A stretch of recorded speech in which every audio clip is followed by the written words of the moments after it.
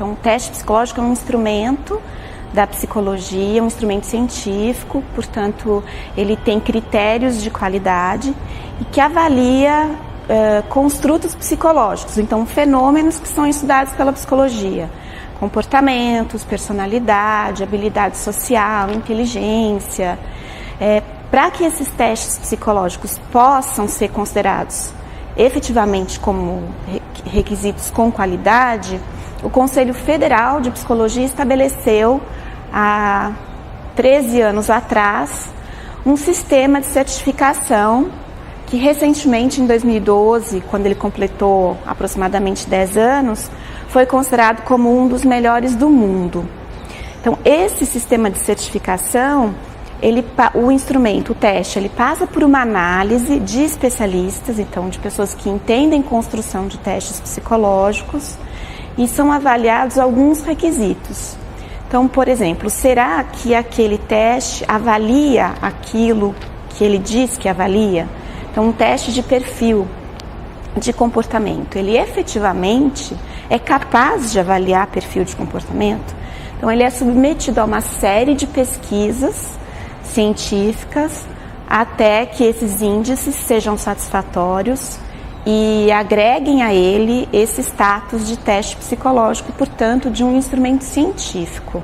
Então, é importantíssimo que dentro desses processos de avaliação psicológica sejam usados esses testes psicológicos que possuem esses estudos, porque eles têm essa certificação e com isso eles vão garantir um processo de avaliação psicológica mais efetivo, de modo que responda à questão. Então, dentro de um processo de seleção, recrutamento de pessoal, de escolha de perfis, de líderes, o avaliador, o psicólogo vai ter condição de realmente dizer que aquele seu resultado é um resultado confiável. Para um teste ser considerado como um teste psicológico, ele tem que atender a alguns critérios mínimos, que a gente chama de requisitos mínimos. Então, ele tem que ter um manual, que é um livro, que apresente toda uma fundamentação teórica. Então, tem que haver essa recuperação da literatura de que aquilo é estudado realmente pela psicologia. Ele precisa ter evidência de validade, que é isso que eu disse há pouco.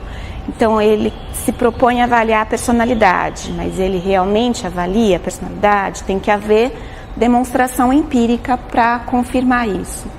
Ele tem que ter outro critério que a gente chama de precisão, que é a margem de erro. Então, o teste psicológico tem que ter uma margem de erro pequena, para que ele possa realmente colaborar com as decisões, né?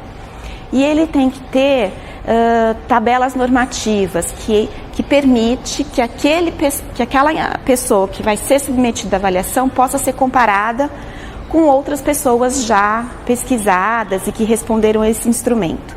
Então, são esses os critérios mínimos. O instrumento em especial que você se refere, ele foi encaminhado para o Conselho Federal de Psicologia. Ele foi analisado em relação a esses critérios, mas ele não possuía os requisitos mínimos, os critérios mínimos. A empresa foi notificada e os psicólogos também foram avisados, orientados, no sentido de que esse não é um instrumento que está pronto para ser utilizado pelos profissionais quando desses processos avaliativos. Então, os instrumentos que não estão em condições de uso, eles aparecem numa relação por eles não apresentarem algumas dessas qualidades que são indispensáveis para que um instrumento seja confiável. A gente avalia um fenômeno psicológico por meio da expressão comportamental, então, por meio do que é possível observar. Muitos dos fenômenos estudados pela psicologia, eles não são observados a olho nu. Ninguém consegue olhar uma inteligência, olhar uma personalidade. Então, a gente avalia por meio desses instrumentos, que são amostras de comportamento, a partir das quais a gente supõe os fenômenos psicológicos. Esses testes que não têm estudos científicos, eles não têm essa comprovação de que realmente eles estão acessando um domínio psicológico, um fenômeno psicológico, porque eles não se submeteram a essas análises, eles não podem comprovar por meio dos seus resultados que o que está sendo avaliado é perfil, o que está sendo avaliado é característica de personalidade. Então, o risco é grande quando há um processo que utiliza instrumentos que não têm comprovação científica. Tem uma listagem, inclusive, no final do ano passado, essa relação, esse sistema de avaliação, ele foi modernizado e o objetivo é mesmo que essa consulta seja pública, que as pessoas saibam quais são os instrumentos que são certificados pelo Conselho Federal, por essa comissão de especialistas, e quais instrumentos não têm essa recomendação, para que as pessoas também fiquem alertas e fiquem atentas ao que elas estão se submetendo nesses processos avaliativos, e para que os psicólogos, obviamente, se informem em relação a isso. O autor do teste ou a editora que o publica, ele tem uma responsabilidade de tanto em tanto tempo de reencaminhar ao Conselho Federal alguns estudos, de modo a manter aquele instrumento atualizado.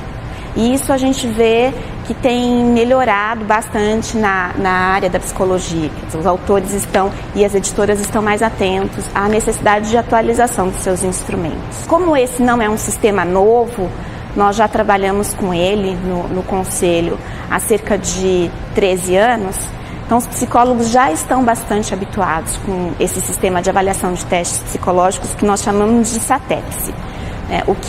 O alerta ele veio, na verdade, para reiterar para empresas e para alguns grupos que ainda não se deram conta da importância de ter todo o instrumental psicológico reconhecido pelo Conselho Federal.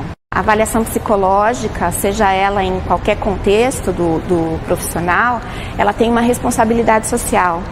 Ela é feita para alguma coisa, para responder a uma demanda. Seja uma demanda de colocação profissional, seja uma demanda para poder dirigir um veículo automotor ou uma demanda para passar num concurso público. Então, existe essa responsabilidade social de quem avalia, que é o compromisso com a psicologia enquanto ciência e profissão. Quando você utiliza instrumentos que não têm qualidade técnica científica, você pode comprometer também esse processo como um todo e não atender ao resultado a que você inicialmente tinha se proposto e denegrir toda uma categoria profissional. Os instrumentos no exterior também são certificados. E isso é algo bastante já automático.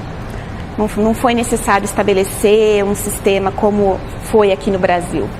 Agora, há outros países para os quais o Brasil tem servido como modelo, como referência, em razão da gente já possuir um sistema tão sólido. Por exemplo, Colômbia. Recentemente eu fui à Colômbia para fazer um treinamento, porque eles estão com a intenção de criar um sistema lá. Peru, também estive no Peru, mas no Peru tem algumas questões que ainda estão emperrando. Na Colômbia, estou mais otimista em relação ao estabelecimento do sistema de qualidade. Na verdade, o CRP faz parte do Sistema Conselhos de Psicologia, que é composto pelo federal e pelos regionais, né? E o SATEPS, ele é desse sistema. Então tem essa comissão de especialista que faz essa análise, e aí uma vez que esse instrumento não entra na lista de testes favoráveis, né? Então sim, o direito é de qualquer regional e do Conselho Federal como um todo de dizer que aquele instrumento não está apto a ser utilizado. Se houver psicólogo, o psicólogo está infringindo seu código de ética, porque há essa menção de que o psicólogo deve fazer observância aos instrumentos que são reconhecidamente têm os seus estudos assegurados.